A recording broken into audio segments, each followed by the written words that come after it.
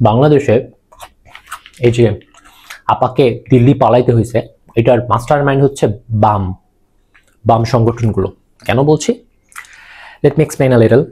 প্রথম যখন 2013 সালে প্রথম যখন বালের গভর্নমেন্ট শাহবাগ মুভমেন্টটাকে অ্যারেঞ্জ করছে তাদের নিজস্ব ছাত্র সংগঠন দিয়ে, এই জিনিসটাকে প্রথম লেজিটিমেসি দিচ্ছে হচ্ছে বাম সংগঠনগুলো। বাম সংগঠনগুলা গভর্নমেন্টের কোলে যেয়ে বসে পড়ছে।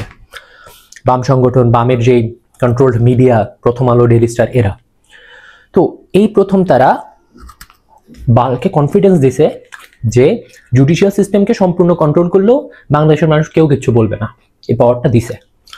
সেকেন্ডলি, সবটা ট্র্যাজেডির সময় যখন এইভাবে ম্যাস কিলিং হয়েছে, ম্যাস কিলিং এর পর ওই বিপরীত পক্ষের মিডিয়া হাউসগুলো বন্ধ করা হয়েছে, দিগন্ত, ইসলামিক টেলিভিশন, তখন ওই বামরা বগল বাজাইছে, কারণ ডানদের উপর অপারেশনটা হচ্ছে।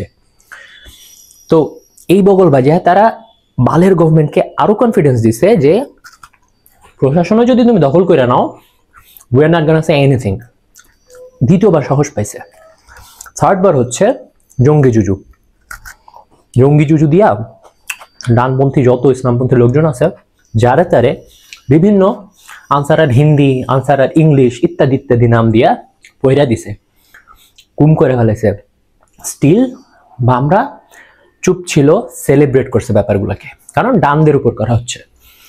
এভাবে দেখতে দেখতে বামের গভর্নমেন্টকে এমন মনস্টার তৈরি করছে 2018 যে ওর কোলে আর বৈশা থাকলে বাম হাঁটতে পারবে না।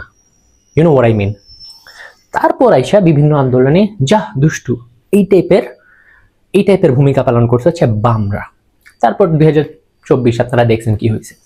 সো ইন আদার ওয়ার্ডস, বামরা যদি এইভাবে মাস্টার প্ল্যান কইরা বালের গভর্নমেন্টকে এতটা শক্তিশালী না করতো, আপাকে আজকে পালাইতে হইতো না। আপা টিপিক্যাল দুর্নীতিবাজ গভর্নমেন্ট হিসেবে থাকতো, আবার আরেকটা দল আসতো, আবার আপা আসতো, এইভাবেই চলতো। তো আলটিমেটলি চিন্তা করলে দেখবেন আপাকে কিন্তু খেদাইছে এই মাস্টার প্ল্যান কইরে, কোলে বৈশা বৈশা। সো এই ক্রেডিটটা ওদেরকে আপনারা দেন না কেন? এই ক্রেডিটটা ওরা ডিজার্ভ করে।